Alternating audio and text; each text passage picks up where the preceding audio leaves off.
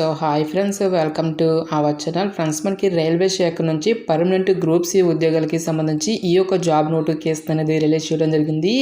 ఈ యొక్క పోస్ట్లకి ఓన్లీ మీరు 10+2 అనేది పాస్ అయితే సరిపోతుంది గైస్. ఈ యొక్క జాబ్స్కి మనము అప్లై అనేది చేసుకోవచ్చు. ఎలాంటి ఎక్స్పీరియన్స్ అనేది కూడా ఉండాల్సినటువంటి అవసరం అయితే లేదు. సో జాబ్లో చేరగానే మనకి 40,000 వరకు కూడా శాలరీ అనేది రావడం జరుగుతుంది. ఈ విధంగా ఈ యొక్క నోటిఫికేషన్కి సంబంధించి కంప్లీట్ డీటెయిల్స్ అన్నిటిని కూడా ఈ యొక్క వీడియోలో డిస్కస్ అయితే చేద్దాం. సో ఎవరు కూడా స్కిప్ అయితే చేయదు గైస్. ఫస్ట్ టైం మన ఛానల్ని విజిట్ చేస్తున్నట్టయితే కనుక సబ్స్క్రైబ్ అయితే చేసుకొని బెల్ ఐకాన్ కూడా యాక్టివేట్ చేసి పెట్టుకోండి. ఇంకా ఎవరైనా వీడియోని లైక్ చేయనట్లయితే కనుక డెఫినెట్గా వీడియోని లైక్ చేసేటువంటి ప్రయత్నం అయితే చేయండి guys. Okay, let's start the video. So ఈ యొక్క పోస్ట్లకి సంబంధించి ఇంపార్టెంట్ డేట్స్ విషయానికి వచ్చేట్లయితే కనుక మే 22 నుంచి కూడా అప్లికేషన్ ప్రాసెస్ అనేది స్టార్ట్ కావడం జరిగింది. ఇక లాస్ట్ డేట్ విషయానికి వచ్చేట్లయితే కనుక June 22 వరకు కూడా ఈ యొక్క రిక్రూట్మెంట్కి ఆన్లైన్లో అప్లికేషన్స్ అనేవి సబ్మిట్ అయితే చేసుకోవాల్సి అయితే ఉంటుంది. సో ఇక పోస్ట్లకి సంబంధించి అప్లై లింక్స్ అన్నిటిని కూడా వీడియో డిస్క్రిప్షన్లోను కామెంట్ సెక్షన్ అయితే ప్రొవైడ్ అయితే చేస్తాను గైస్. సో ఇంట్రెస్ట్ ఉన్నటువంటి క్యాండిడేట్స్ అందరూ కూడా తప్పకుండా ఈ యొక్క రిక్రూట్మెంట్కి అప్లై అనేది చేసుకోండి. సో ఇక నోటిఫికేషన్కి ఎవరెవరు అప్లై చేసుకోవచ్చు అని చూసుకున్నట్టయితే కనుక ఆల్ ఇండియన్ నేషనల్ సిటిజన్స్ అందరికీ కూడా మనకి ఈక్వల్ ఛాన్స్ అనేవి ఇవ్వడం జరిగింది. అంటే మీరు ఏ స్టేట్కి చెందిన వారైనా సరే ఈ యొక్క జాబ్స్కి అప్లై అనేది చేసుకోవచ్చు గైస్. సో మీరు ఆంధ్ర అయినా తెలంగాణ అయినా ఈ విధంగా మీరు ఏ స్టేట్కి చెందిన వారైనా సరే ఈ యొక్క జాబ్స్కి అప్లై అనేది చేసుకోవచ్చు. సో ఈ యొక్క నోటిఫికేషన్ ద్వారా మనకి టోటల్గా 2 different types of vacancies recruitment అనేది చేయడం జరుగుతుంది. సో పోస్టుల వరకు ఏజ్ లిమిట్కి సంబంధించిన డీటెయిల్స్ కనుక చూసుకున్నట్లయితే కనుక గ్రూప్ సి లెవెల్ జాబ్స్కి వచ్చేసరికి మీకు మినిమం ఏజ్ అనేది 18 ఇయర్స్ అయితే కంప్లీట్ అయి ఉండాలి.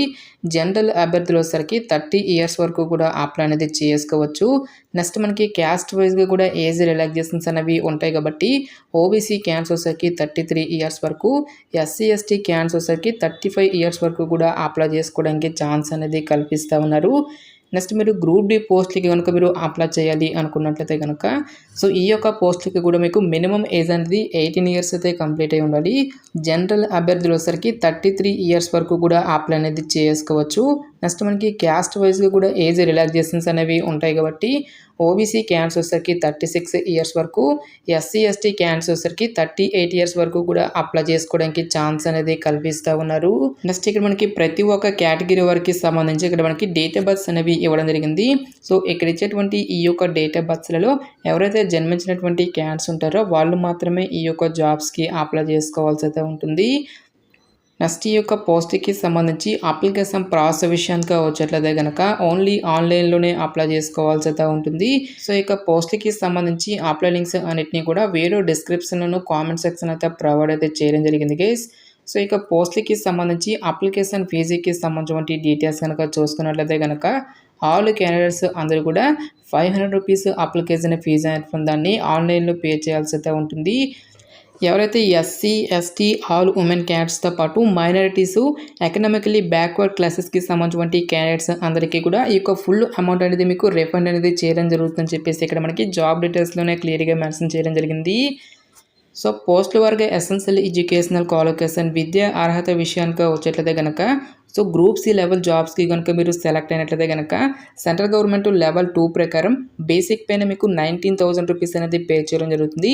ఈ యొక్క బేసిక్ పేతో పాటు చాలా రకాల సెంట్రల్ గవర్నమెంట్కి సంబంధించి అలవెన్సెస్ అనేవి కూడా మనకి పే చేయడం జరుగుతుంది. కాబట్టి ఈ విధంగా అన్ని అలవెన్సెస్ కలుపుకుంటే దాదాపుగా మనకి 40,000కి పైగానే మనకి శాలరీ అనేది రావడం జరుగుతుంది గైస్. నెక్స్ట్ మీరు గ్రూప్ డి ఉద్యోగాలకి కనుక సెలెక్ట్ అయినట్లయితే కనుక సెంట్రల్ గవర్నమెంట్ లెవెల్ 1 ప్రకారం బేసిక్ పైన మీకు 18,000 రూపీస్ అనేది పే చేయడం జరుగుతుంది. ఈ యొక్క బేసిక్ పేతో పాటు అన్ని రకాల సెంట్రల్ గవర్నమెంట్కి సంబంధించి అలవెన్సెస్ అన్నీ కలుపుకుంటే దాదాపుగా మనకి 30,000 వరకు కూడా శాలరీ అనేది రావడం జరుగుతుంది గైస్. ఫస్ట్ ఆఫ్ ఆల్ ఇక్కడ గ్రూప్ సి ఉద్యోగాలకి సంబంధించి క్వాలిఫికేషన్ కనుక చూసుకున్నట్లయితే కనుక 10+2 ఆర్ ఇట్స్ ఈక్వలెంట్ ఎగ్జామినేషన్ అని చెప్పేసి ఇవ్వడం జరిగింది. సో మీరు ఏదైనా ఒక విభాగంలో జస్ట్ మీరు 10+2 అనేది పాస్ అయితే సరిపోతుంది గైస్. ఈ యొక్క జాబ్స్కి మనము అప్లై అనేది చేసుకోవచ్చు. సో ఈ యొక్క క్వాలిఫికేషన్ అనేది మీకు లేనట్లయితే కనుక నార్మల్గా మీరు 10th క్లాస్ క్వాలిఫికేషన్తో పాటు ఐటీఐ చేసినటువంటి క్యాండిడేట్స్ కూడా ఈ యొక్క జాబ్స్కి అప్లై అనేది చేసుకోవచ్చు అని చెప్పేసి ఇక్కడ మనకి జాబ్ డీటెయిల్స్లోనే క్లియర్గా మెన్షన్ చేయడం జరిగింది. సో దీంతో పాటుగా మనకి అడిషనల్గా మనకి స్కౌటింగ్కి సంబంధించి క్వాలిఫికేషన్ అనేది కూడా మనకి ఆడడం జరుగుతుంది.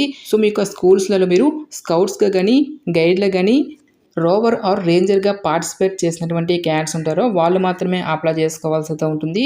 సో మీకు హిమాలయ వుడ్ బ్యాడ్జ్ ఉన్నా సరే ఈ యొక్క జాబ్స్కి అప్లై అనేది చేసుకోవచ్చు గైస్. సో దీంతో పాటుగా మీరు should have been active member of scouts organisation for the last 5 years అని చెప్పేసి ఇవ్వడం జరిగింది.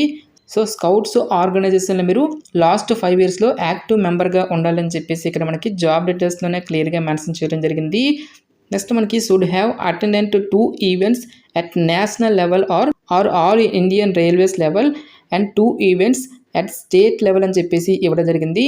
సో మీరు స్టేట్ లెవెల్లో కానీ నేషనల్ లెవెల్లో కానీ ఏదైనా 2 ఈవెంట్స్లో మీరు పార్టిసిపేట్ చేసి ఉండాలి అని చెప్పేసి ఇక్కడ మనకి జాబ్ డీటెయిల్స్లోనే క్లియర్గా మెన్షన్ చేయడం జరిగింది. కాబట్టి సో ఇంటర్మీడియట్తో పాటుగా ఈ యొక్క పర్టికులర్ క్వాలిఫికేషన్ అనేది ఎవరైతే కంప్లీట్ చేసినటువంటి క్యాండిడేట్స్ ఉంటారో వాళ్ళు మాత్రమే అప్లై చేసుకోవాల్సి అయితే ఉంటుంది. నెక్స్ట్ గ్రూప్ డి ఉద్యోగాలకు వచ్చేసరికి ఎవరైతే 10th క్లాస్ క్వాలిఫికేషన్తో పాటు నేషనల్ అప్రెంటిస్షిప్కి సంబంధించిన సర్టిఫికేట్ ఉన్నా, లేదంటే మీరు 10th క్లాస్ క్వాలిఫికేషన్తో పాటు నార్మల్గా మీరు ఐటీఐ చేసినా సరే ఈ యొక్క వేకెన్సీస్కి అప్లై అనేది చేసుకోవచ్చు.